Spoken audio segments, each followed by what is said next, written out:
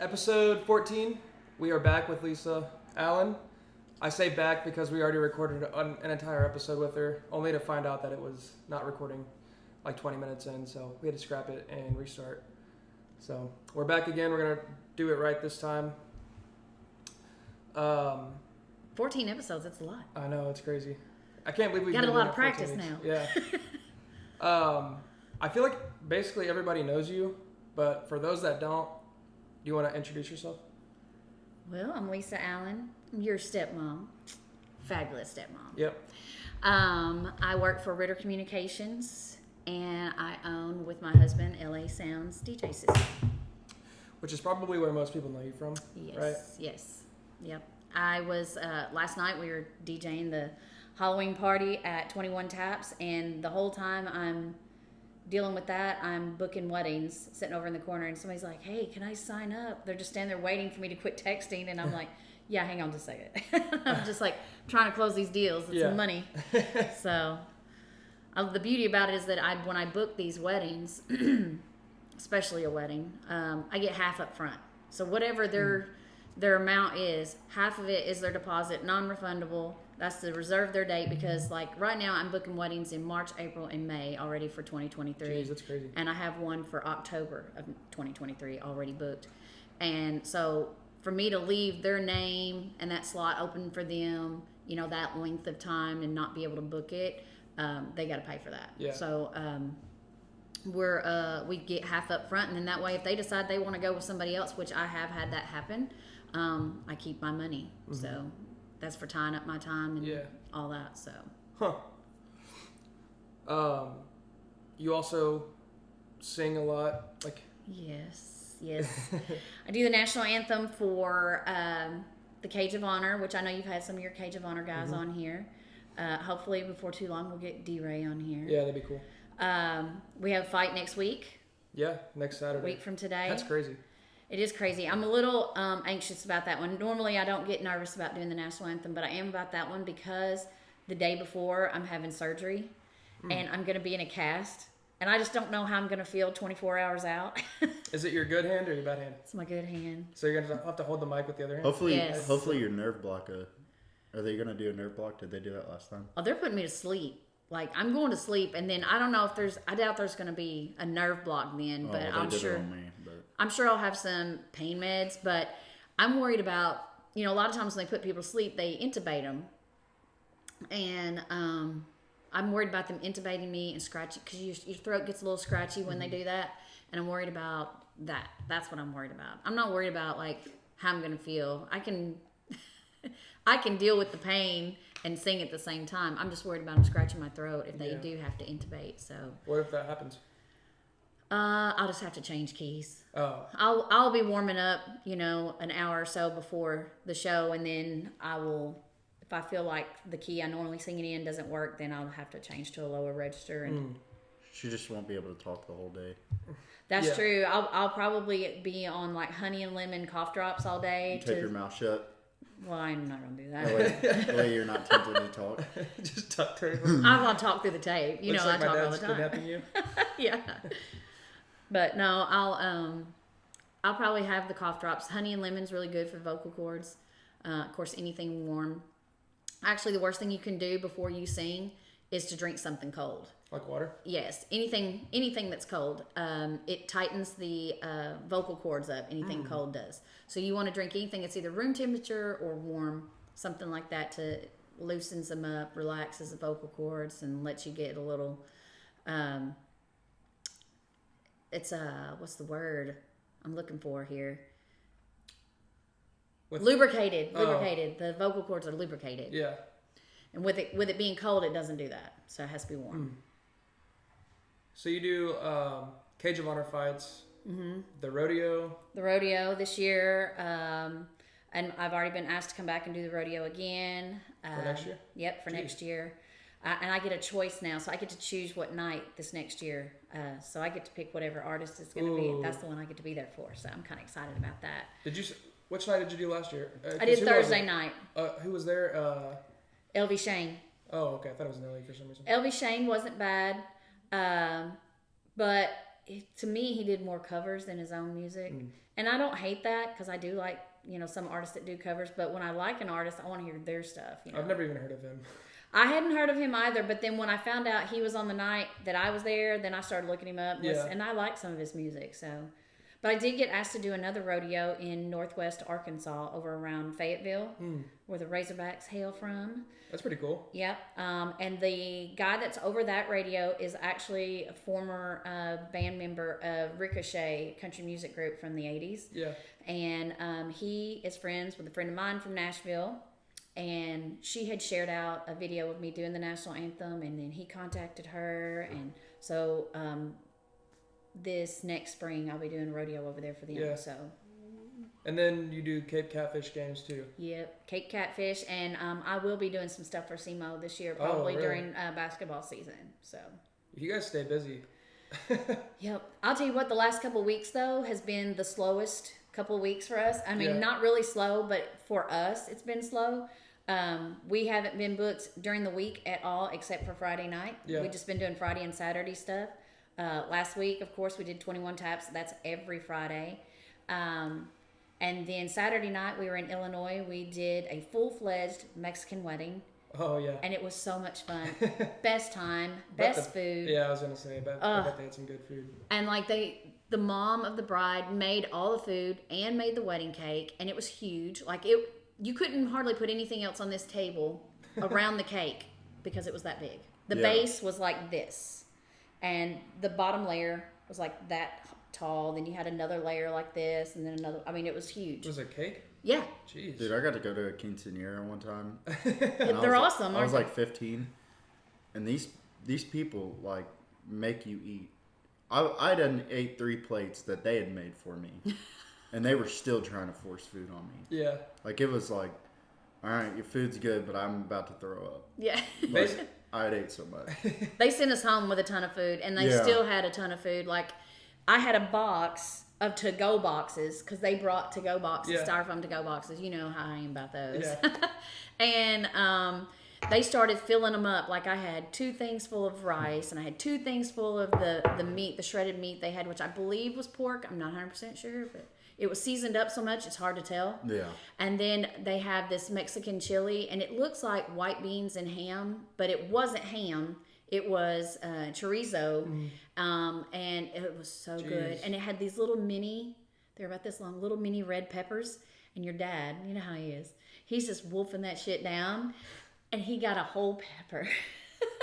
Oh, no. Lit his ass on hot? fire. Oh, my God, yeah. And Julio, because it was his sister who got married, he was like, your dad is like, oh my God, my mouth is on fire. And, your dad eats hot stuff. So that usually don't bother him. For it to bother him was hilarious. It's got to be hot. Yeah. And, that head was sweating. And Julio's like, man, do you want me to get you anything? He's like, yeah, a new fucking tongue. Like, I feel like I just want to yank it out of my mouth. It's burning so bad. But what was crazy was the bride, she hired us. And, she was like one of the best brides I'd ever had as far as like putting her playlist together. Like, she was awesome. They just knew what she wanted. Had it all in order, sent it all to me in like different little sections. And I was like, oh my God, this makes my life so much easier. But then when we get there, we're like, I don't know, the ceremony had just ended. And we were into what I call transition time while they're taking pictures. I play what we call transition music. Do you guys want 3 end zone tickets for the game? Sure. That was random. Anyway, and they're like, hey, the godfather of the bride just had bought her a legit Mexican street band for her wedding. Really? And they're in the parking lot, and they can't get into the parking lot, and they need people to move cars so they can get all their stuff in. And like where we were at, it was kind of like a big shop type place. Yeah. And so they had this 40-foot door, like overhead door thing for like, so tractors could get into this thing. And they opened it up. They took up the whole front part of that door. Like they set up, and they were awesome. Everything was in Spanish. I couldn't understand a lick of it, but it was so much fun. And so like they played for an hour and a half, and I didn't have to. And I'm out on the dance floor.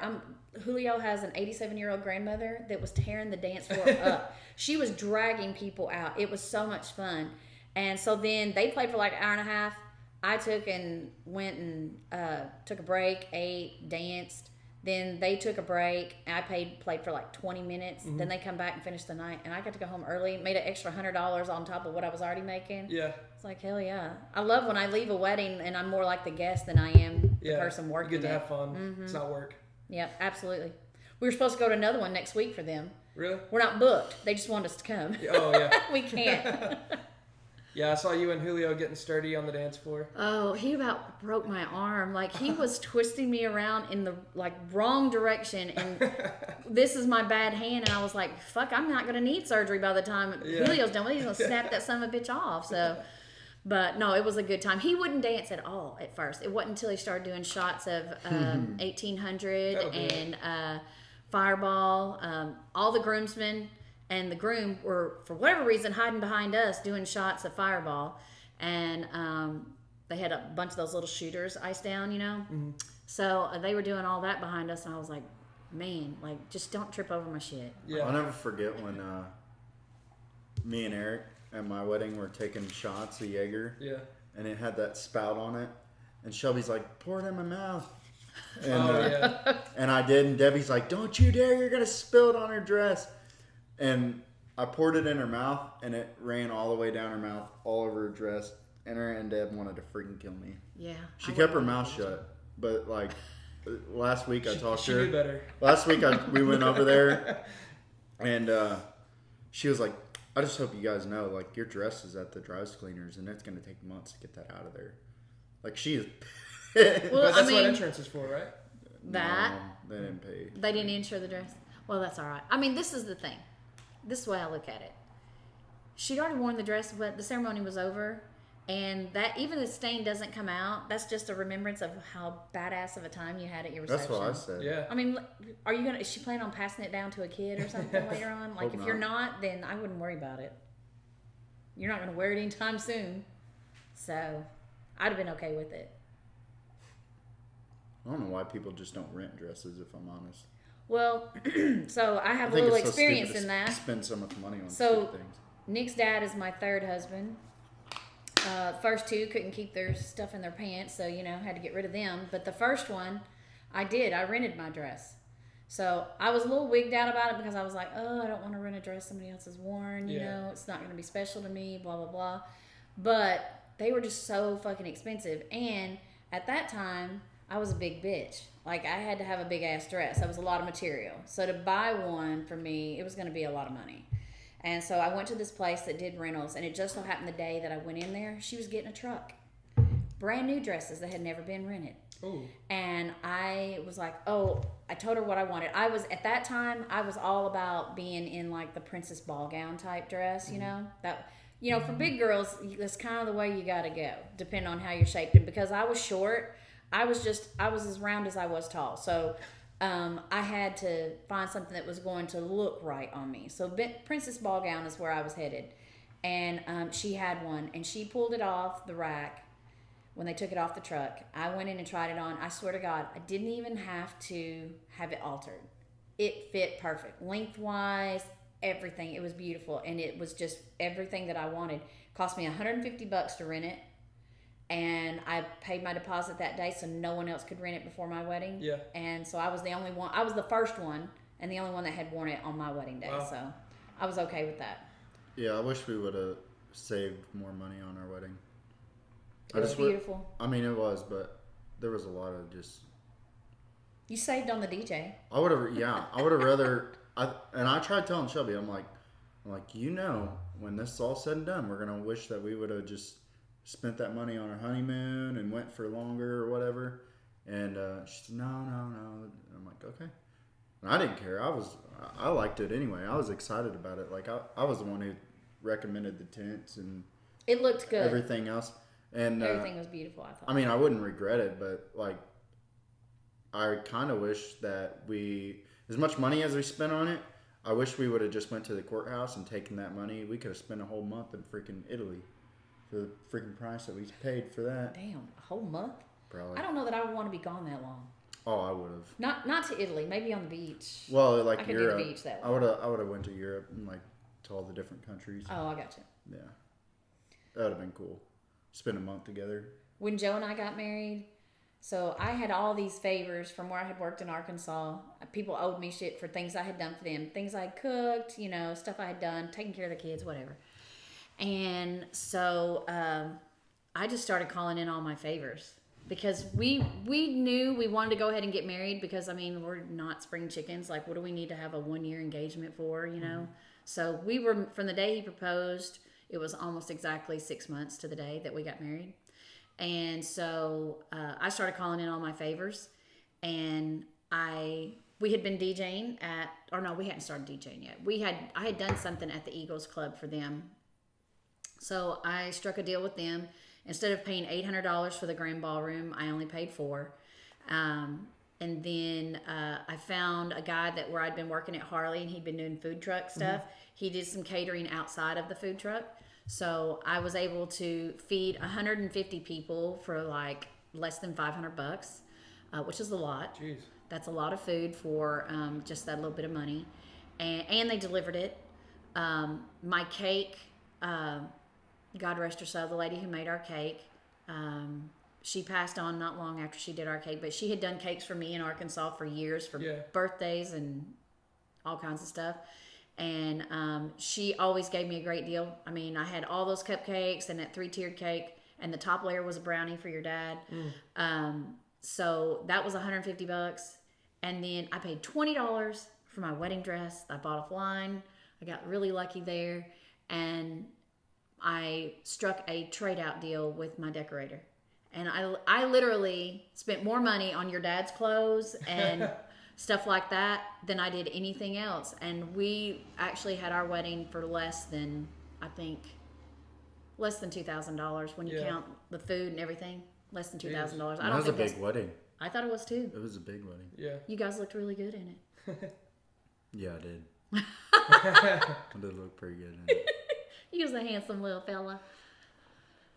But yeah, I love doing the weddings. I am definitely, I get stressed during the ceremony part. Your dad calls me DJ Zilla when we're doing the ceremony because I want to make sure I get it right. Yeah. I've told you guys this before. You only get one chance to get it right for a bride. And I do not want to be that DJ that the bride says, oh, I wish I had hired somebody else, or, don't ever hire that DJ. Yeah. All it takes is one time, and then they tell everybody. Yes, and I've been very fortunate in the word of mouth advertisement. In fact, one of the weddings I was working on last night came from a former bride who actually was the videographer and photographer at the first wedding I had done. Not the first wedding, but a wedding I had done. So then she booked me for her wedding, and now she's referring me for 2 other weddings already. So, in fact, one of them is going to be a big one down in Arkansas. I'm probably going to make close to $3,000 off that wedding. Jeez. They want like full-fledged full night of DJing on rehearsal night, and then full-fledged everything for the day of. And I'm going to be doing some day of coordinating because I'm kind of dabbling in that now. The DJ kind of decides the schedule almost. Not decides, but they run the schedule for the bride. Yeah. And so I have, sometimes if they're off, I have Zoom meetings with them, conference calls, whatever, and I go over how they want things to go. And a lot of them have questions about, well, is this right? Is this right? And I'm like, it's your wedding. Yeah. It's whatever you want. Whatever you want is what's right for you. Not everybody has the same. So, but yeah, we got a big one coming up. And the one I'm trying to book right now that I was working on last night, it's going to be a pretty big one. It'll be in Pocahontas, Arkansas. So people got to allow for that drive money now, especially since gas is so much higher. Oh, yeah. But they understand. I haven't had anyone say, oh, no, you're too high. I'm not going to book you. So Yeah. When I first started, I was worried about not booking. And so I was kind of lowballing. Yeah. But then I realized I'm leaving money on the table. Yeah, because people pay ridiculous amount of money for weddings. We met a guy at the beach, and him and his wife had gotten married like 4 months before we met him. He paid $4,200 for his DJ. Really? And he didn't even do the ceremony. I was like, what the fuck? That's crazy. Yeah. There is no way I would spend $4,200 on a DJ. No. We were thinking about, you know how we had that pool, that in-ground pool at Diane's? Mm-hmm. We were thinking about getting this freaking glass stage that lit up. That would have been so awesome. Yeah, well, I was like, Eric, because it was Eric's idea. I said, Eric, that's going to be way too expensive. A glass yeah. what? And he goes, no, it ain't. A glass what? Dance floor to go Glass over the dance pool. floor so everybody could just dance over the pool. It would be And it was so going to awesome. have lights and everything. And he's like, oh, it won't be that bad. He's like, if it's less than 5,000, we'll just do it. I'm like, no, it ain't going to be less than 5,000. I would have loved it. We found one place that did it, and it was like $11,000. Jeez. Yeah, it was ridiculous. And I was like, we need to get in the business of freaking Heck yeah. building dance floors and stuff, because people, like when we were renting all that stuff out, dude, it was like, that's what costed us all the money, because we didn't have to pay for food, because we, Aunt Diane, she cooked all the food, and she made wedding cakes for like 4 years, so she did that. And then, I don't know, then we used her land to have the wedding. Like, I don't know, we just got... I DJ'd, so you didn't pay for that. Yeah. So we Don't tell a lot of people that. You just told everyone. I know. Damn it. How'd you get into... What made you guys want to start a DJ business? Well, I grew up in the DJ business. My dad was a DJ. And I started DJing. I was a house DJ for Pockets 2.0 here in Cape. And people kept coming in and they wanted to book me for different things. And I was like, well, this is not my equipment. This is the house equipment. I just come in and I just use it. And they're like, oh, okay. So, and then I started thinking, God, we could be making some money, I'm sitting here doing this for pennies at Pockets. And we could be, setting our own schedule, doing our own thing. And so your dad was like, well, why don't we think about it? I'm like, no, dude, that is so expensive to start out and buy. I mean, there's so much at the beginning of the startup when you're starting from nothing. There's just so much. Then it was just like it was fate. All of a sudden, I'm on Facebook Marketplace, and there's this dude on there, and he's trying to sell his DJ system. Oh, yeah. And he started out, he wanted $2,000 for it. And I was like, oh, I can't do it. No, we just cannot spend $2,000. And because at that time, we were both working 2 jobs already. Plus, I was DJing. It was just too much. I was like, I can't take any money away from the home to do that. So then it was like, I had commented on it, because I had asked how much. And anyway, he, how like when somebody follows up, it will notify you again. Yeah. So I got notified that he lowered the price. He lowered the price down to $1,200. So then I was a little more entertained, but I was like, I just don't know. So then your dad was like, you can do it, you can do it. I was like, look, what if we do it and nobody books us? What if we spend this money, because we had it that we had put back. And I was like, I don't want to take what we have put back, blow it all on this, and then we not get booked. He goes, if we don't get booked, we'll just sell it, just like he did, And I was like, ugh. So then I started messaging the guy, and I was still really nervous. I kept talking to your dad. I was like, I just don't think we need to do it. He goes, you can market yourself better than anybody. He goes, I have more faith in you than you have in yourself. He's like, you can do this. He's like, just do it. Let's just do it. I was like, well, I'll tell you what. I'm going to talk to him one more time, and I'm going to see if I can get him to come down on the price. And I did. I got him to come down to $800. Yeah. So we bought the initial system for $800. Since then, we've definitely upgraded several things. Swapped out some lighting, added some lighting. We changed our amplifier and mixer, things like that. We changed the whole face of it. Yeah. And we just started getting booked, and it was just like crazy. Even during COVID, we were so busy during COVID. Yeah.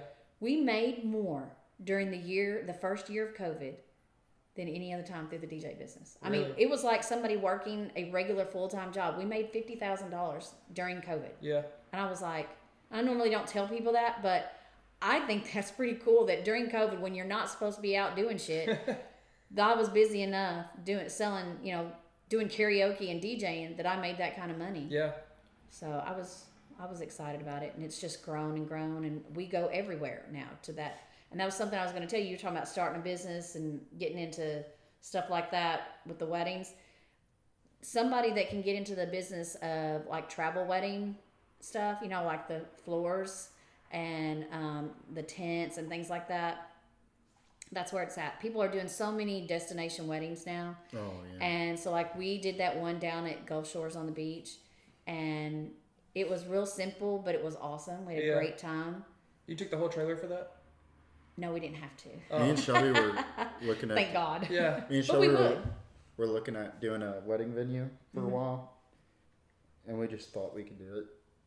It costs a lot of money, like millions. What if you guys started doing like flooring, like dance floor and stuff like that, and then you guys would just be a one-stop shop? Yeah, we could. I mean, because we have all the lighting, we got You all got the the music. space in the trailer probably. You can DJ. Oh yeah, there's for sure room in there. We thought about. We're actually been talking to a guy about buying a second system because there's so many times that we could be in two places on the same night. We had 1 month where I swear to God, this one weekend, we could have booked that Saturday night 5 times. Jeez. And it was killing me because like I had one booked. Excuse me, I got the hiccups. And literally somebody came to me and was like, I will pay you double of what they're offering you if you come and do ours. And I was like, I can't do that. I would love to take your money. Imagine if you could have been like, yeah, I'll do it, and you take the double the money, and then you have somebody else go do the other one for the original. Yeah. And so like Bo Duke, I've been kind of grooming him. He works and does stuff for me when I can't. Like when Rosalind was competing in Heartland Idol, I wanted to be there for her, and I also had to be there for my daytime job. So he went and he did a wedding that I booked. It was a last minute wedding, so they understood right from the get go that it wasn't going to be me there. He had a couple little snafus, and he called me on the phone, and I talked him through it. And other than that, it was fine. I've actually gotten referrals off that wedding already. It turned out all right, but it was his first wedding, so he was a little unsure, a little nervous, but he did a great job. I'd be freaking out probably. He did a great job, and he was by himself. He didn't even have anybody there helping him. Yeah. We went, set him up, went over some stuff with him, and then everybody else was just via remote over the phone to him. But he did a great job, and like this next Friday night, he'll be sitting in for me at 21 Taps, since that's the day of surgery, so he's gonna.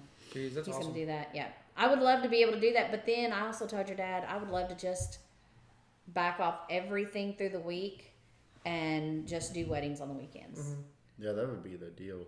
Because that's where the money is. Yeah, have somebody that can do it on weeknights, and then just you guys just do the weekend stuff. Yep, that's what. And I've talked to Chris about doing that, and he's interested, but he's got a really demanding job himself. He works a lot of hours, and so and he does manual labor. So him coming in and DJing till 1 a.m. after putting in a 12-hour shift, that's rough. Yeah. I hate to even ask him to do that, but if he's willing to do it, he knows I have rules when he's representing my business. There's no drinking on the job. You can't accept shots. No tip to skip. You can accept a tip, but not a shot as a tip. Oh, okay. People like, hey, I'll buy you a shot if you skip me up.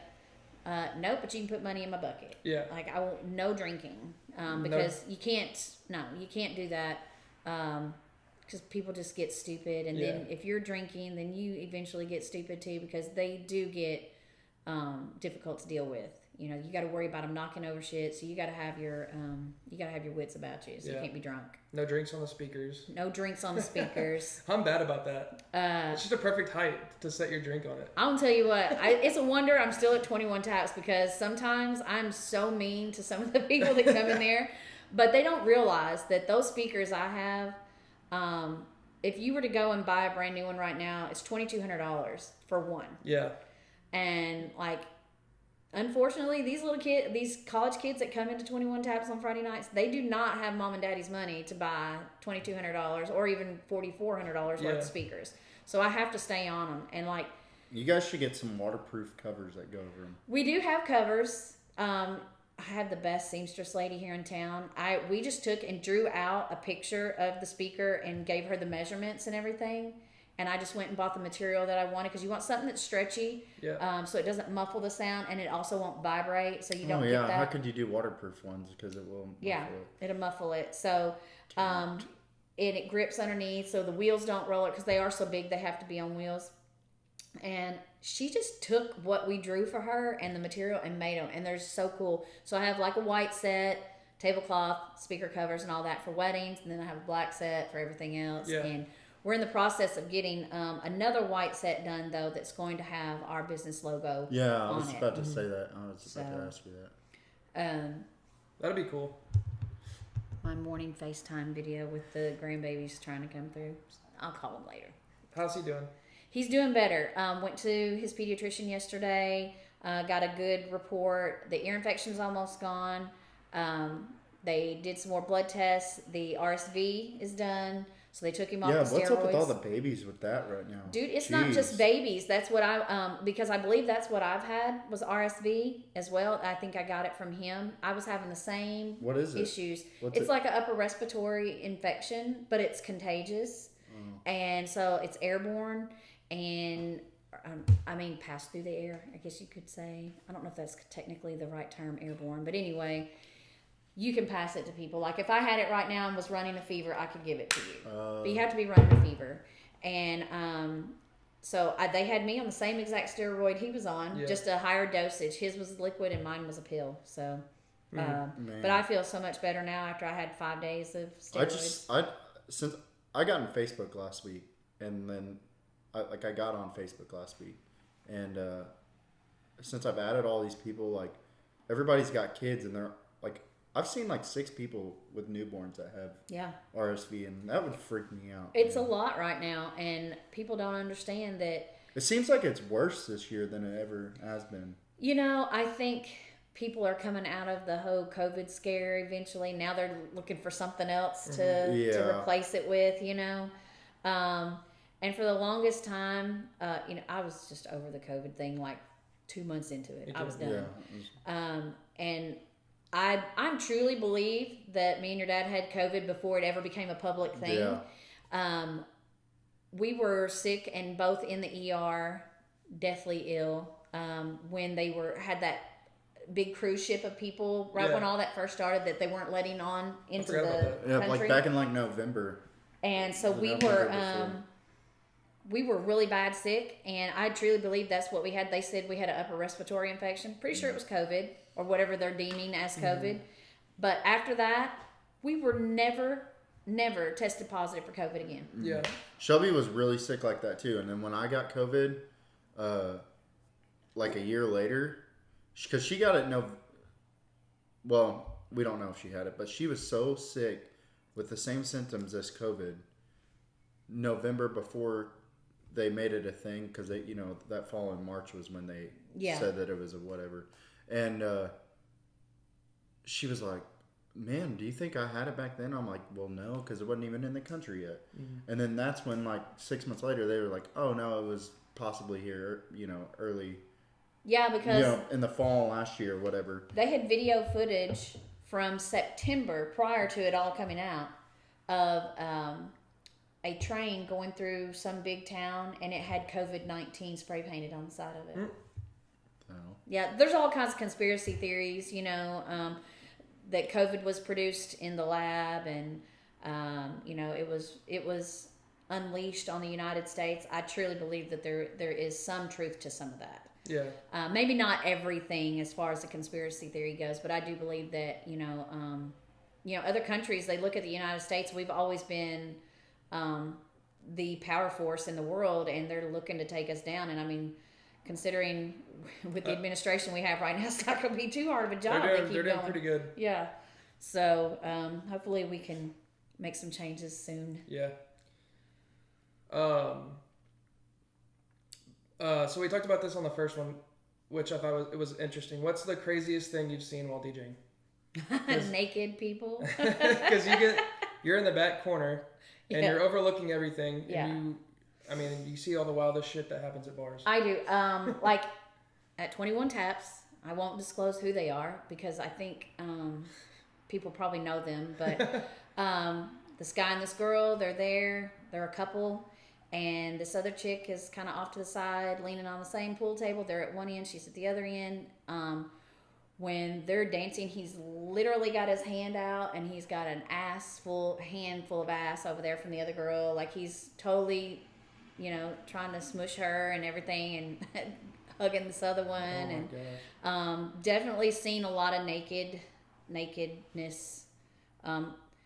Some chicks don't like to wear underwear, like they just don't. And it seems like when they don't, They wear the shortest skirts, and they're doing like cartwheels and shit across. The I mean, dance yeah, floor. like and they'll jump on somebody's back to do a piggyback ride, and their whole ass and everything is just hanging out, and I'm just like, You're gonna have to get in the DJ business, Nick. I know. That's right up my alley. I'm always looking for a new security. So, Shit. and then we've had some that decided they want to strip at like some wedding receptions. You know, you get strippers, they get way too deep into the tequila, and they're out there and they want to strip for one of the groomsmen or something. You know, and then you see some that are just straight up just fucking on a back table somewhere. Like they think nobody's paying attention to them, and I can That's see awesome. everything.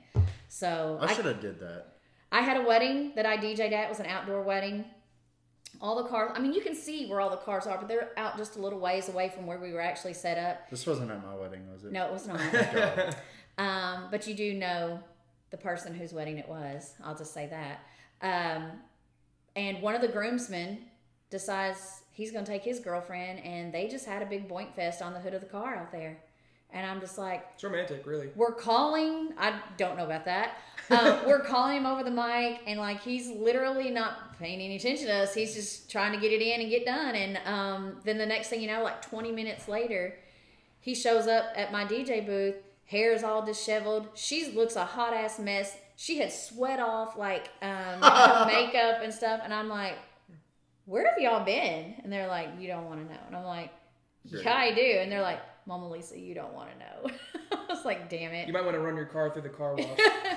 I always tell them all the time, they've rode with us some places, and then they were like, oh, I need to run out to the car. I'm telling you right, no fucking in my car. I'm just telling you right now, I do not on the bumper, not nothing. Do not be doing anything around my vehicle. And now that I have that bigger vehicle, you know, there's plenty of room for that with it. So. You should just put like you can get a custom air mattress for the back. Oh, I part. know. A twin would fit right. You should there, definitely do for that. sure. So I'm looking into actually getting one of those, and the it's got a thing for the hatch that makes a tent. So like you can set chairs and stuff out in the tent. Oh yeah. On the ground, it hangs off, and then you can, when you want to go to bed, you don't actually sleep on the mattress on the ground. You climb up into the back of it, and you're in the back of the Yukon. Yeah, that's pretty cool. I definitely miss my Jeep. Yeah. For sure. I was going through some of my ball caps because I was actually going to wear a ball cap in here today, but then I was like, no, I have so much hair now that I got the extensions. It's hard to get it into the hoop of the hat. And I have Jeep hats, and I was like, I got to get rid of these. I don't have a Jeep now anymore to... You might in the future. Well, your dad says I will, but it will just be a toy. It won't be an everyday vehicle like mine was. I mean, I got a lot of miles out of that Jeep. 130,000 miles. 3 sets of tires, but the last 8 months is what killed me. Yeah. $10,000 worth of repair. Yeah, I can't. In 8 months, and it was just too much. Which I like what I have. Don't get me wrong, I like it. It's a bus, but sometimes I forget I'm not driving the Jeep anymore, and I just can't run over shit like I did with the Jeep. Yeah. I can't parallel park in this thing like I did with the Jeep, even though it has a nice big screen rear camera. That's awesome, but I can't with the Jeep, I would just pull in, take it up on the curb, and then just set it down. It was so nice and neat. Perfect. I can't do that with this ride. Yeah. It's too much. Shelby can't parallel park for shit. Shelby's car does it for her. Yeah, and she still can't do it. It's ridiculous. I love mine. It's got all kinds of gadgets. It's too smart for me, actually. I'm still learning how to work things in it. It's got Wi-Fi. It's got an actual regular plug, 3-prong plug. I can. Oh, really? Yeah, I can do my hair in there if I wanted to, or whatever. With the hair dryer. Yeah, actually, I can run a hair dryer in there. And then it has a hidden compartment that we accidentally found about 5 days after I got it, and that's where I keep my gun and stuff. So now I don't have to worry about having the holster and stuff under the dash like I was gonna get. Right With where the it's magnet. at. Yeah, Like that, yeah. I love those. They slide in. You just pull it. I feel like I'd shoot myself in the foot wrecking it. Yeah. Nah. I mean, What are you gonna grab the trigger? If someone's running up on initially when you reach down to grab it, the safety should be on. So when you pull it out, you've got to pull it out before you flip the safety off. So you shouldn't be able to shoot yourself. Mine safety. didn't. Mine didn't have a safety. It doesn't? No, Yours doesn't? It's a Glock. Oh, mine has a safety. I have a Smith & Wesson, and it has a safety on it, and it's probably a good thing because I would be that person that would probably fire it before I don't know. Yeah, I don't like safeties because I've watched so many videos of people that like conceal and carry, and then like in that time they freak out and they didn't like know that their safety was on, so they're like looking at their gun when they're trying to shoot somebody. Well, I think that probably would happen with No training. any kind of gun, whether it had a safety or not, to be honest. When I was married to my second husband, who was a police officer, that's when I took my concealed carry. And I was also taking I was in cadet school to be an officer, which I loved. I mean, I was deputized a few times just riding with him because they had no females on the force. And if they had a female that they needed to search, they couldn't do it because they were all men. There was only 6 of them. It was a small little town. And so then they would deputize me and I would do the search on the female. And I have found many things in many places that I didn't want to have to be in. But thank God for gloves and all kinds of protective gear that you can wear. I couldn't do it. But I loved it. I loved doing that work. I loved being part of a first responder, things like that. We were definitely on the go all the time. We had, when the tones went off, no matter if it's 2, 3 o'clock in the morning, you're out the door. You're in your boots and out the door. So fishing bodies out of the river, cutting bodies out of cars, searching for people in these giant cornfields or cotton fields that's went missing and stuff like that. We had one instance where I was the smaller of everybody in the group, and it was a head-on collision, and it was a minivan, and I forget what kind of car the car was, but it was like a 4-door sedan type car, and the minivan literally hit so hard and spun around, it ended up on its nose. It was standing on its nose when we got to the scene. Dang. And we seen this hand hanging out. The airbags had deployed. This hand was hanging out. I thought it was a female because it had on like gold bracelets. The nails were kind of long. They weren't like painted or anything, but they were kind of long. But it happened to be a man. He just grew his fingernails long. And it was a manly looking bracelet, but you never know these days. But you couldn't see the face or nothing at first because it was covered by the airbags. Well, the vehicle that it hit, the driver, he was slammed all the way to the back of the vehicle. So they popped the trunk. I had to go crawl through the trunk, use a sledgehammer, bang into the back seat on one side to get to where he was so that we could cut the straps and stuff to cut him out. And when I climbed in there was a baby seat, a car seat in there. And so then I was like, all right, we have an infant seat in here. Like, we didn't know if there was a baby that was just loose somewhere in the car. Yeah. So I had to gown up. I crawled all around through there, digging stuff out. And thankfully there was no baby. He'd actually just dropped his baby off at the sitter's office, or the sitter's house. And there was no baby in there. Unfortunately, neither driver survived. But I did my very... No. I think somebody was trying to pass somebody around a curve, didn't see, and just at a high rate of speed. I think dude was running late for work, honestly.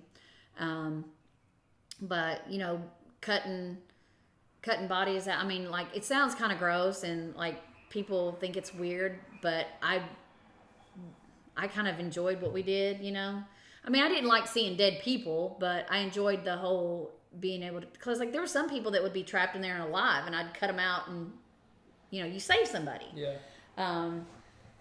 But for the most part, we were always doing something like that. There was always body parts or something ugly or nasty to pick up off a highway. So it's terrible.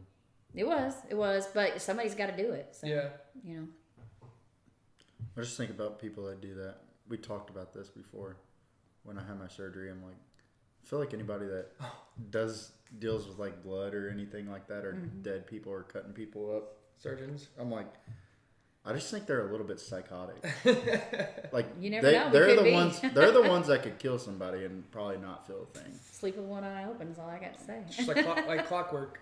Literally. Shelby makes fun of me because when she works at the bar, I like lock the bedroom door, and she's like, "What's that really gonna do? You never hear me come in," and I'm like, dude, like, Wait, you locked the bedroom door inside your house? yeah. Why? Because I'm going to sleep and there ain't nobody else in there. If you're gonna do that, lock every door, because then they'll know which door you're in. Yeah. Like, why not just lock your door to your house? I do.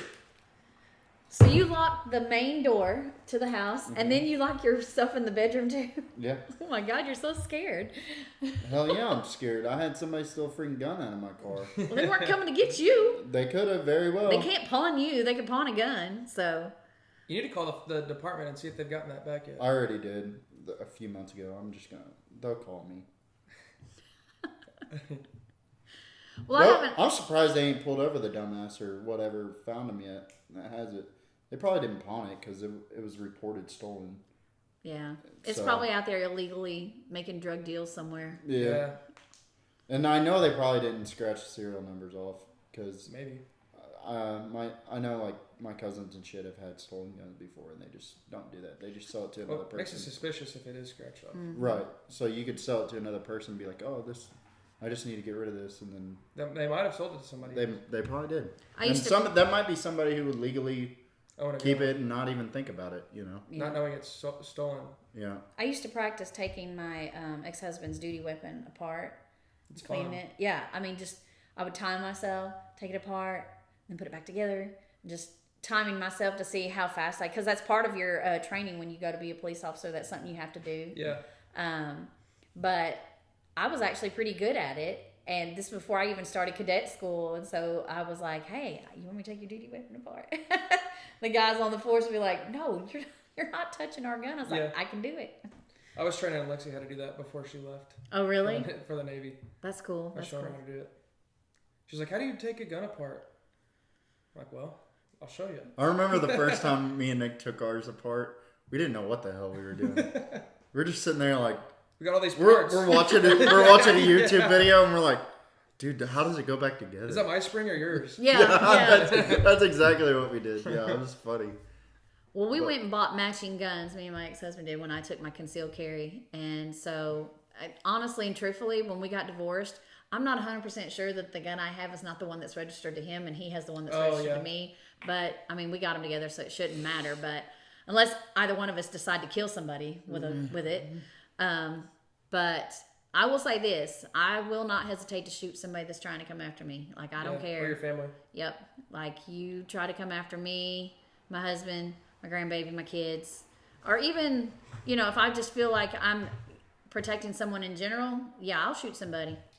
People act like if someone's robbing you, you shouldn't shoot them if they're breaking into your house. I'll shoot him. You cross the threshold, it's fair game. I mean, Especially if I get my wife in there. how are you even going to argue that you shouldn't shoot somebody that's breaking into your house? Dude, I posted that on Facebook one time, and this girl, freaking, you value your stuff more than you value somebody else's life. I'm like, no, they value my stuff more than they value their own life. That's right. Because I ain't going to break in nobody's house because, for one, even if I was going to, I'm going to sit there and be like, dude, they could probably shoot me. Oh, well, I need money for crack, or whatever. Or just, you want to just steal somebody's crap. Yeah. People, they talk shit about, gun use and stuff like that, and they're like, yeah, that's why we need to, get rid of guns. No, we need to get rid of the people that are killing people with it. Yeah. Now, there's a difference in just straight out murdering someone and protecting your home. And I feel like once they cross the threshold of your house, it's open season on their ass. Wasn't house. the former president of Japan that just got shot? Yeah, no, I think he was a president. I think he was a former president. He got shot with the shotgun, the homemade shotgun. Homemade shotgun, yeah. Like, that's just the type of shit that would happen if we didn't have guns. Yeah. Even if you took them all away, somebody would figure out how to make one. And they should. Huh? And they should. Yeah. We should have guns. No, yeah, we should have guns, yeah. 100%. Well, so I have to ask you guys, did you see this story on Nancy Pelosi's husband? Oh, yeah. That was weird. What I find very odd or actually kind of humorous is that he didn't beat the shit out of him with that hammer until after the cops arrived. Yeah. And the cops were doing a wellness check at 2 a.m. Yeah. Who does that? So, somebody called. I think an alarm got triggered or something, and that's why they were doing the wellness check. Well, I was seeing conspiracy theories that it was his gay lover. Ooh. Because the dude was in his underwear when the cops showed up, and they were both holding hammers. Ooh. Yeah. So they were like, maybe it's his little lover. Yeah. Maybe they're into that shit. Maybe they were like acting like they were gonna beat each other. But I don't know. That's probably just like far right people just trying to make up shit. I don't know. You know, they're gonna do anything. Shit you see anymore. Yeah, the far right is really bad about conspiracy theories.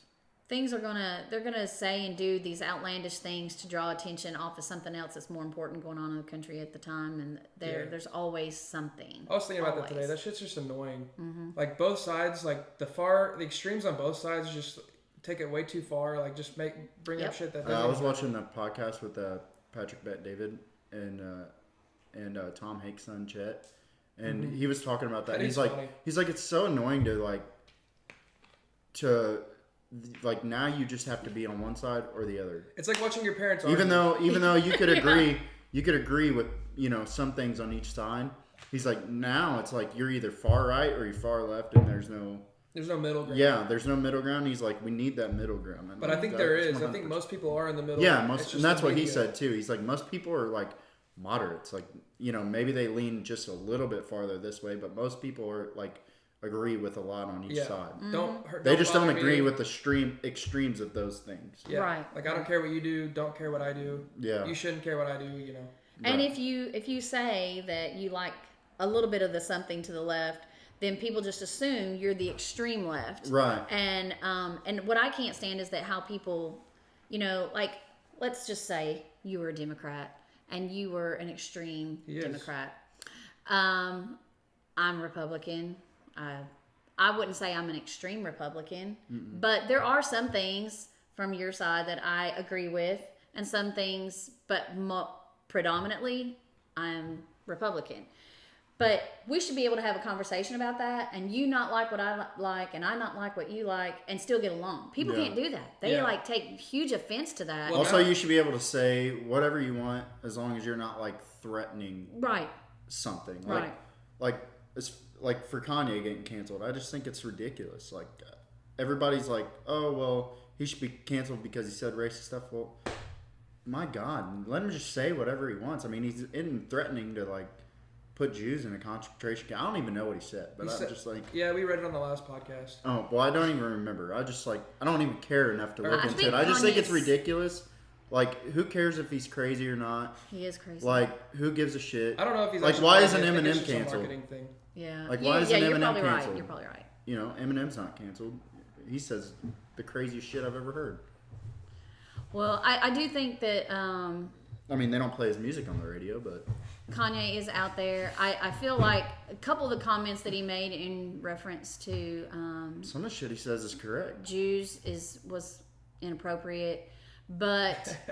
That's just crazy. The thing is that comes from all sides. You can't tell me that there's never been a Jewish person out there that has said something so horribly terrible about someone else, of another faith. Right. You can't tell me that they haven't. They have. It's your opinion anyway. Who cares? Yes, and that's how it should. Why do people get so offended about it? It blows my mind. Like, we need to quit teaching people, oh, you should treat others like others want to be treated. Well, that's just not how life works. People don't treat you how you want to be treated.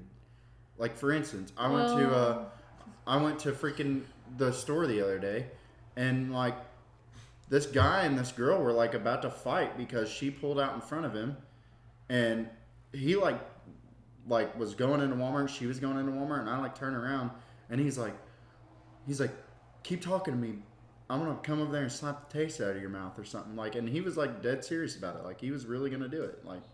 And she was like, I ain't worried about you. And I'm just like... She may not have been. She might have been. You guys are stupid. Like, that is just what dumb. I do in that situation? I'm like, so I need eggs, milk. All right. Just walk right past and just go in and get my fucking groceries. I was just like looking at him like... What am I here for again? Oh, yeah. I was just staring at him like, God, is he going to beat her up or what? You're nosy. I was. I am too, though. I would want to hang out. But I feel like I'll walk right between them, go in the store.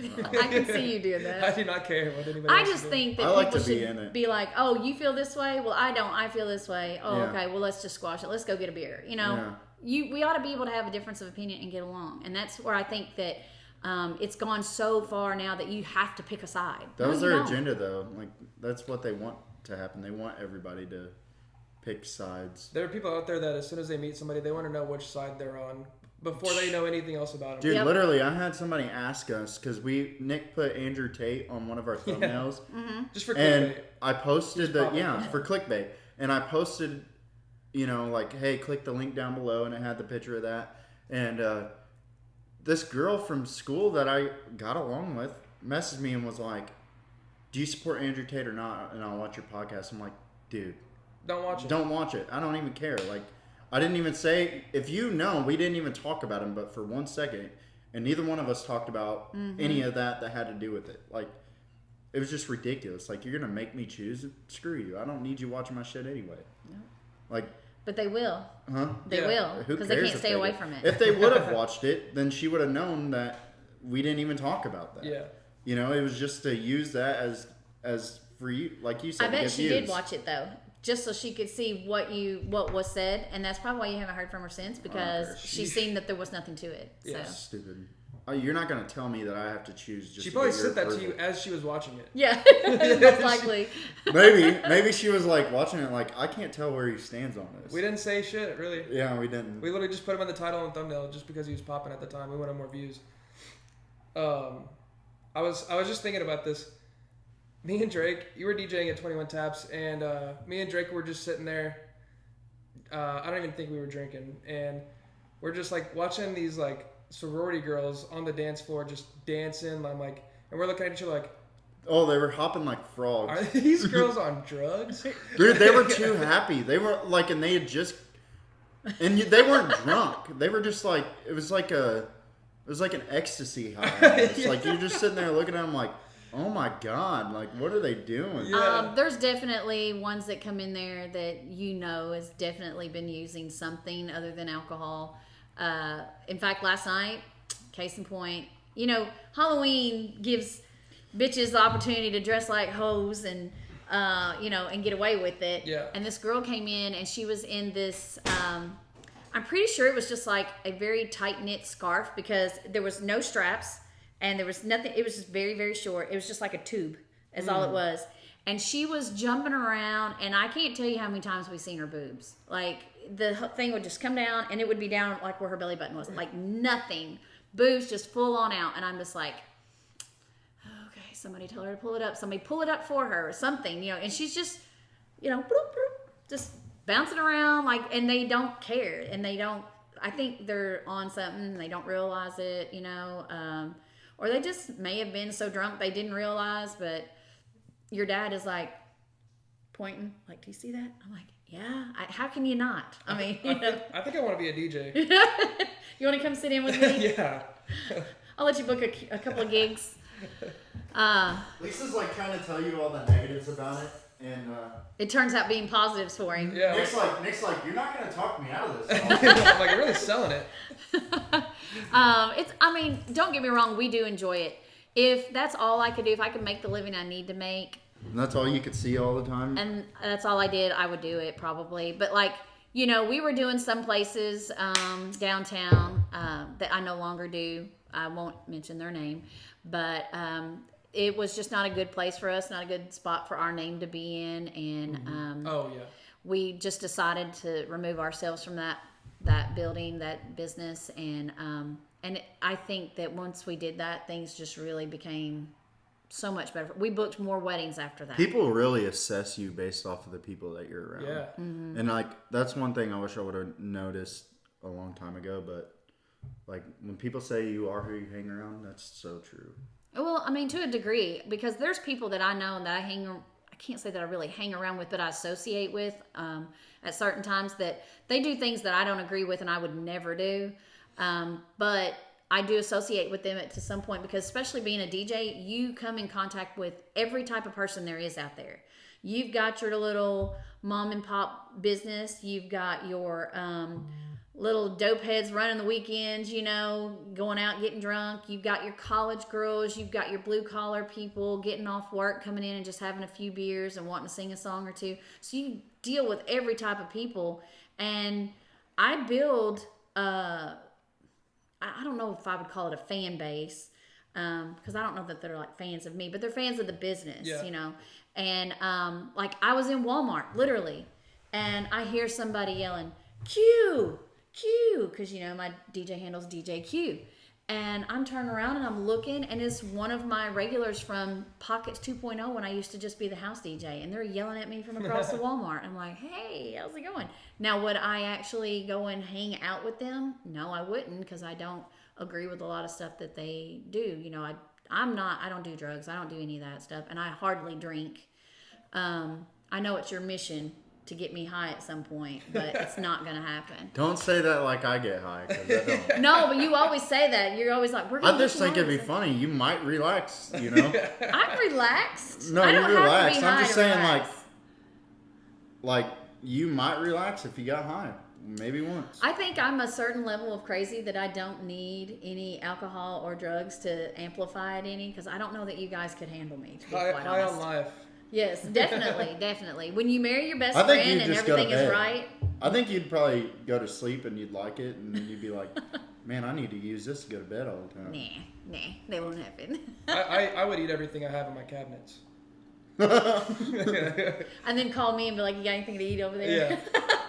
I only did it like twice when we went to we went to Florida, and then we went to Colorado. I went to Colorado with my dad. That's the only times I've ever done it. I went to Colorado for State Beauty convention, and we were in Denver, and I had to share a room with Caitlin and this other girl named Brittany. They're both much younger than me, because they both refused to share a bed. Now, I didn't know them. They knew each other, had been working with each other for years. I had just started. I had worked there like 3 days when this came about. So they would not share a bed with each other. If they weren't going to share a bed with each other, they weren't going to share a bed with me, because they didn't know me. They knew each other. So, and there was only 2 beds in our room. So I called trying to get an extra bed brought up. No, it was fire hazard to have another bed in there, like a rollaway. So then I said, well, then I want X amount of blankets and pillows. I built me a bed in the floor. And when I told Lindy about it, she was livid that they would not have shared a bed together, because they had before. It's not like they hadn't before. But they were telling me that the reason is because I was the newbie, and that they had, what do you call it? Shit. Anyway, they were there longer, so they got to pick where they got to sleep, basically. So Why didn't you get an extra room? Why didn't Lindy get you an extra room? Oh no, they don't do that. They don't. Well, do they that. should have. They should have. I would have loved it, but no, they don't do that. Yeah.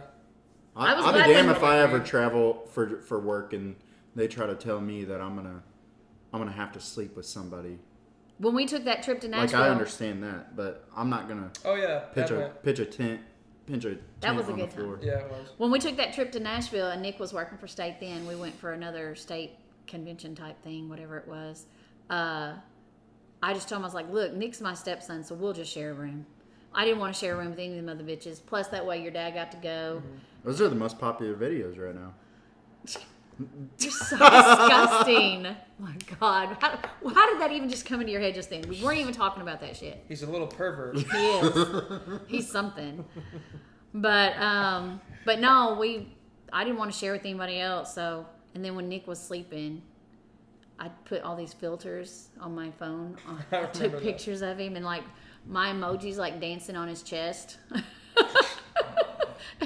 We were doing all kinds of things to him while he was asleep. So your dad was like, All right, you're not helping the case any. You know what I mean. You're not helping the case. That's normally how the videos start out. Shut up.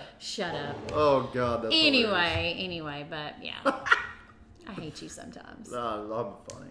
Little perv. Punk ass. I love calling you that. That's funny. You need to calm down. We're at an hour. Is there anything else we should hit? Oh, there's a ton of things, but I don't know if you got the time. What's the biggest fight you've seen while you're DJing? Like, has there been any fucking all-out brawls? Yeah. I never get to see those. I want to. So I was Start actually. one. Yeah. He almost did. I wasn't actually doing the DJing at this time. We were at Pockets 2.0. This other girl, she and I were kind of trading off doing the house DJing. This is when I was first getting into it there. And me and your dad was on the dance floor. And so she was in the DJ booth. And everybody was on the dance floor. And she was dancing. And she had her cordless mic in her hand so that she could talk from the dance floor if she wanted to. And this drunk chick came in and just wouldn't leave her alone. And in the drunk chick's defense, the DJ I'm talking about was bisexual. So she was into females as well as males. And so she knew that. I think they'd had some correspondence with each other at some point. And so the drunk girl wouldn't leave her alone. And all of a sudden, the DJ went batshit crazy. And she was just like, bah, bah, bah, and like nailed this chick in the head. Like, I don't know how many times with the mic, to the point where it broke. Like, the fucking metal broke. Your dad got hit with what we call shrapnel. And this girl, like, it split her head right here. It looked like football shaped kind of like knot and a cut in the middle there. She had a huge knot up here, split it up. She was bleeding, needed stitches. She was not speaking clearly at first. Like, we had to call an ambulance and have her looked at. That's probably been, like, during DJ stuff, probably the worst fight. Now, I've seen some hellacious fights in my life, but as far as DJing goes, that's probably the worst. I was like, and I always tease your dad when he's like giving me shit when we're DJing. I'll be like, I give him that motion like I'm gonna bust your fucking head. You know? But no, I would never do that. My mics cost too much. So that's fine. Could you hear it like on the speaker? Oh, it was like, yeah, it was terrible. It's like someone's tapping it. Let's test it. I get so mad when people do that. I'm just testing the mic. They'll pick up the mic and they'll be like, "Is this on?" And they're like, you know, just banging. I'm like, "Fuck yeah, it's on!" Like, quit hitting it. Did you hear that? Oh, I hate it. They'll get up there, check, and they'll run around the room, and I'm like, dude, I've already checked it. Like, so, dude, we've already had 3 singers ahead of you. Yeah. I'm like, I just want to make sure this is on. And then I have the ones that treat it like it's a bottle of wine, and they want to flip it around, you know, like in Cocktail, the movie Cocktail, and then they drop it, and then you hear, and I'm like, oh my God. You pick it up, and you hear a little rattle in it. It's about to be you fighting. I'm like, okay, I'm going to need that money. Yeah. They know I don't fool around with it when it comes to my equipment. They know. They do anything to it, you're paying me right now. I had one guy that literally paid me 2 days later. That's the longest I had to wait. But that's because I had insurance that I was going to get my money, so I let him go the 2 days. But yeah, and he did. He paid it in full. So they're too expensive to replace. And I've had to replace 3 sets in 3 years. Jeez. So I just replace him. Yeah. Well, he was a customer, so I mean, I don't have a whole lot to say on that, but I had one guy trip over speaker cable one time because he got back where he wasn't supposed to be, and when he tripped over it, he ripped it out of the back of the speaker, and the wires became naked and shut down the hose system. I mean, shut everything down. I was like, fuck me. I'd have shut him down. And thankfully, everything, like, it had to reset once the power was killed to it. Then your dad he just rewired the thing. It wasn't nothing to fix, but once they did that, then everything just powered right back up. Yeah. But, you know, initially, you're sitting there thinking, holy shit, he just blew up all my shit. Like, everything. The TV, the amp, mixer, all of it, gone. Just shut down. But it was good. It was fine after that. He wouldn't have been fine after that. No, I definitely, there's a few of them I've gotten in their face, and Joe's like, what are you doing? Like, these are big ass college boys that you're yelling at. I was like, I don't give a fuck. That's my shit, you know? I was like, do you want to pay to replace it and let them little boys tear it up? And he was like, that's the thing, they're not little boys. And I'm like, oh. Dad's like, God, she's about to get me in a fight. Yep. And I'm like, they are in my book. When I'm sitting in that bar stool, I'm sitting up where I can see over everybody. Yeah, they're little boys to me, so. But, you know, I don't care. I'm as easygoing, I think, as I can be, except when it comes to, you know, my equipment and stuff. Because it's just so expensive to replace. And you're around a bunch of drunks, so. Yes. Oh, well, we had our TV completely knocked off the table, completely flipped over, landed on its face. Dude, I think that thing was made by Nokia, because we picked it up and it was still working. Yeah. It never even shut off. Screen never shattered, nothing. And I mean, it was on a bar top table. It was up high. Yeah. I was really shocked there was nothing wrong with it. But these girls, drunk girls, were dancing, slinging each other around, and slung one right into it, and there it went. I just want to see somebody get slung into them windows and just go all the way through At 21 taps? Yeah, they're that'd going to be go all so the way funny. through He it. said swinging them around. I just picture like what you do with kids, like grabbing their hands, and just, like, spinning around. Yeah, I got a feeling it's probably going to happen sooner than Pop later. both their arms out of socket. We were so busy last night. like there was just not room for anything to breathe in there last Yeah. night. I was glad, don't get me wrong. I love when it's busy, but sometimes when it's too busy, then I get antsy because then there's just not room for everybody. But like your dad and them had 3 of the bar top tables together, and I think there was like 11 bar stools around it, and it was all they could do just to get in and out of their chairs because of all the people around them. It was packed, and it was packed from I'd have had anxiety so bad. the second we stepped foot in there last night. We didn't normally our crowd doesn't hit till about 9:45, 10 o'clock. They was in there right at 9 o'clock on the dot. They were, but it's homecoming, Halloween. I know the SEMO baseball team and the softball teams both played exhibition games yesterday, and the boys got presented their rings for what they won this last season. So I got to see some of my regulars that's been gone. They had graduated and they came back for that, and got to see some of them last night. So that was cool. The softball girls, they were in full force last night. They were a good time. Like they were singing, they were dancing. You couldn't get them off the floor for nothing. If they weren't singing together, they were dancing together. But it was a good time. I love when the softball girls come in. They're a good time. So basically, if people are at the bar whenever you're DJing there, they need to be on their best behavior because you see everything. Yeah, You're the and all-seeing eye. I'll tell you what. If you want to see something, my suggestion to you is to come in with a GoPro just strapped on. And just meander through there. You never know what you're going to pick up. Well, you should do it. You should just set one up on the table. I've thought about it. The owner will let me get security footage. That's true. I think it's so funny that he accused you of stealing that cue ball that one day. Why, do you not remember who I am? You don't remember what I did to the last guy that tried to touch me. Well, and I have not seen that guy since. The owner? No, the I haven't dude who either. punched. I have not seen him since that night. That's the last time I seen him. He knows better. I guess. He probably moved away, Nick. He's so scared of you. He hasn't left the house since. Yes. It's been a year. Hey, I did have a girl that I got into a fight with. She didn't come to school for a month after I beat her ass. But I beat her pretty good. Like, seriously. I was actually worried I was going to go to jail for that. Because she actually was 17 and I had just turned 18. So I don't know. Back then, everybody wasn't so, I'm going to sue you for this and that, if you got into a fight and you took ass whipping, you went home and you licked your wounds and you went on about your business. But she was unconscious whenever they carried her away from there. And so then I was like looking at my dad and I was like, am I going to go to jail? And he was like, no, get your ass in the house. So I was like, okay. And I had my hand was swollen up, had my class ring on. You couldn't see it. My hand had swelled up over it. Jeez. So I had to go and have it cut off. And my dad's like, I have to get a whole new ring. We didn't make a lot of money. We didn't have a lot of money when I was growing up. So the fact that I already had a ring was a big deal. And now that I was going to have to get a second one wasn't the greatest. Yeah. But he got me another ring. But yeah, I had like one big fight a year all through high school, freshman through senior year. And I ended up in AEP, which is alternative education, whatever. You sit in a box. That's what's wrong with you. You had to go to old school. I had no brothers, so my dad had all girls, and we were like the meanest girls on the block. So It's not that you're from Arkansas. They didn't teach you I'm anything. not when you were from at Arkansas. alternative school. I'm not from Arkansas. I grew up in Missouri. Like, I lived here. I was born in Illinois, actually. Grew up in Missouri. Surprised you said that right. And after, what? Illinois.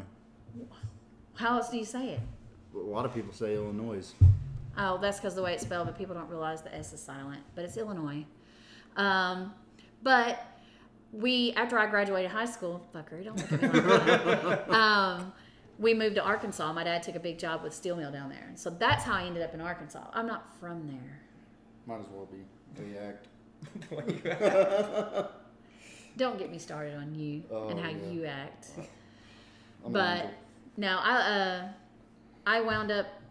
I got in trouble. This one girl I got in a fight with broke her arm. Her parents did try to take us to court over her medical bills, but there's too many witnesses that she started the fight, so that didn't go anywhere. And then this other girl, who's son's wedding. I just DJ'd. Oh, really? The beginning of this month, I just DJ'd her son's wedding down at Wapapella.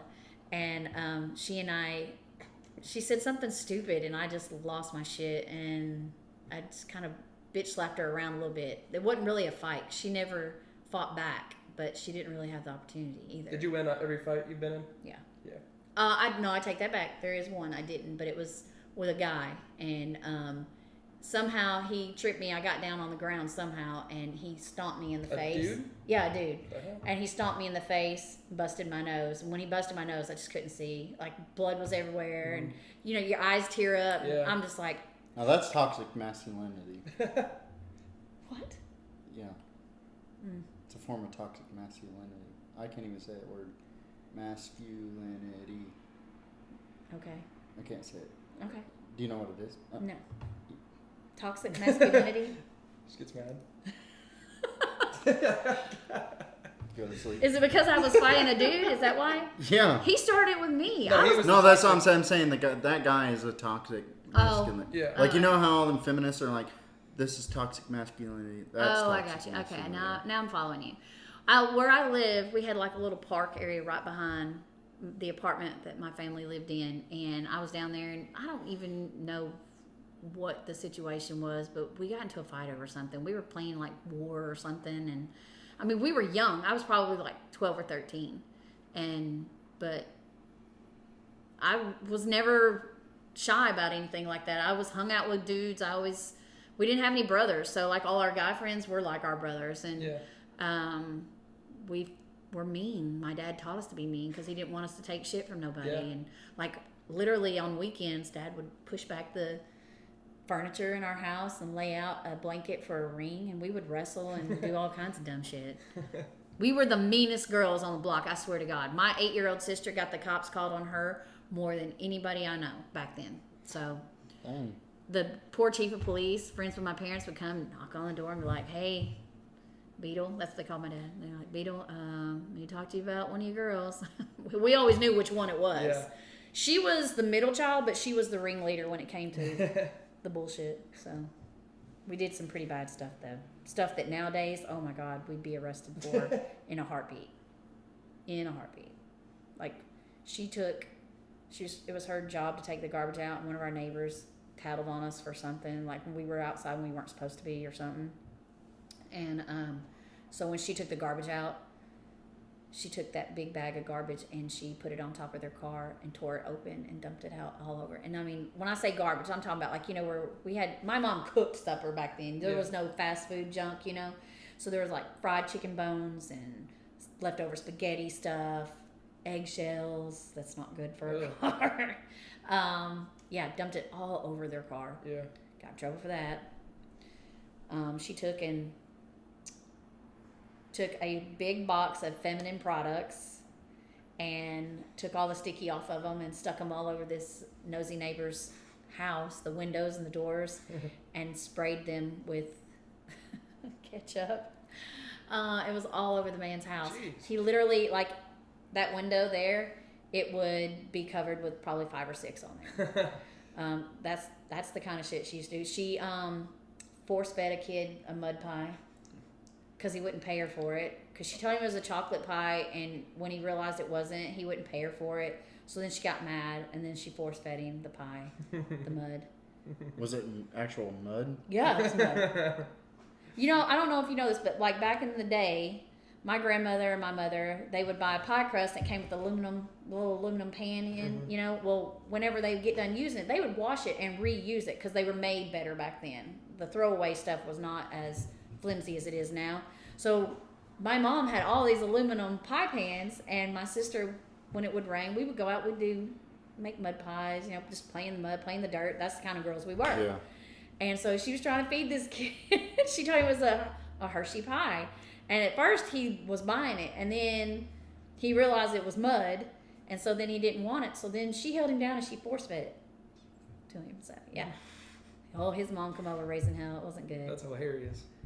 She blew up some frogs with M80s. She was taking just stuff them down the frog's throat and We light did it and that blow one them up. time. We did that with bottle rockets. We shot bottle rockets at cars. Yeah, we did that too. Yeah, yeah. We shot them at each other. Well, we did too, but there was a main highway right there, and so we could hide down in the ditch, and we would see cars coming, and then and it wasn't just us. Now, don't get me wrong, we had neighbor kids that joined in, like we were like a whole little get along gang. But me and my sisters were kind of like ringleaders in the group. One time, my dad was doing some air conditioning repair for a guy, and he had like 5 window units. It was in on our back patio type thing. And Dad had taken the casings off, and so we stacked them on top of each other so we could climb on top of the house. Yeah.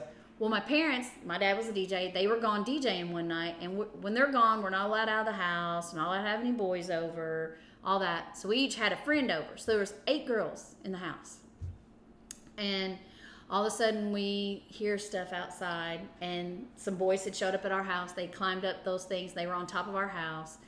And we had these windows that they didn't raise up, they slid from side to side, but they were like 3 feet long.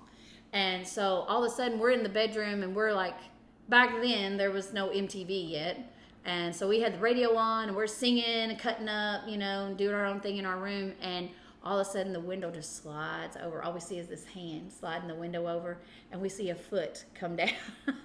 And boom, there's a boy in the room. We're like, uh-oh.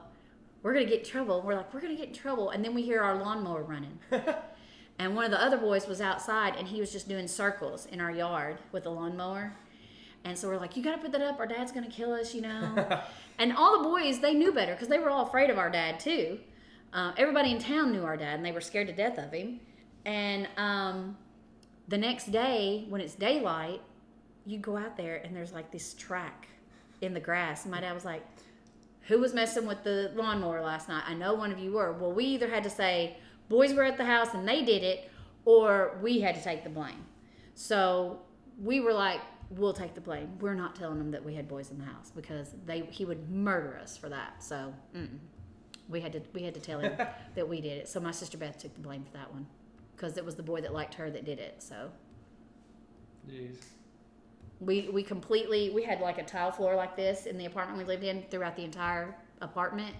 And when they were gone one time, we moved all the furniture out into the backyard, and we soaked up the floors with soap and water. Oh God. And we had a long hallway, and we would run and slide, and we did that for like hours. And then we're like, uh-oh, Mom and Dad's gonna be getting home soon. So we moved everything back in. And like we had chores to do when they were gone. They were like, here, this is what you got to do while we're gone. We had certain things we had to clean in the house, laundry, whatever. Floors were definitely clean. Floors were so clean. Mom and Dad got back, and they were like, wow, y'all got the house looking good. I'm proud of y'all. What all y'all do while we were gone? Nothing. We just cleaned. We didn't do anything. Watched TV. And then, like, I don't know, maybe 6 years later, they found out about the whole water thing. And they're like, don't tell us anymore. Yeah. We don't want to know about the stuff you did that we don't know about. Right. So. What they don't know won't hurt them. That's right. That's right. Drake, anything else? I have to say, Listen. I want to make a suggestion. So, like, right before Thanksgiving, I need to come back, and I'm going to bring treats, and I'm going to test some new treats on you guys, and then you guys can do your own, like, evaluation of the, Nick's like, What's wrong with okay. Should make some pot brownies or something. Freak me out. Okay, I'm not going to make pot brownies because I have to be able to taste what I'm going to be eating. So I'm not going to make Or she'll put laxatives in them just to piss me off. We'll have Shelby on it too. I'm going to eat it with you. Uh-huh. I'm not. Shelby can do it too. Yes. Have I Shelby back on. don't trust people. Well, you watch. You can have a whole panel if you want. You can invite as many as you want. Okay. Just let me know how many so I know I make enough. Okay. Because I've got some new treats I'm going to try on you guys. That'll be a good episode. We'll taste test them and rank them. Mm-hmm. Yeah. Yep. And maybe if there's any, because I like to revamp a recipe when I come across one. I kind of change it up a little bit. So maybe there's something I need to change to make it better. Okay. So. Yeah, we'll have Shelby back on and see who else wants to do it. Yeah. We'll do it. So, alrighty. Well, thank you guys for watching. That's episode 14. Leave a comment and like the video.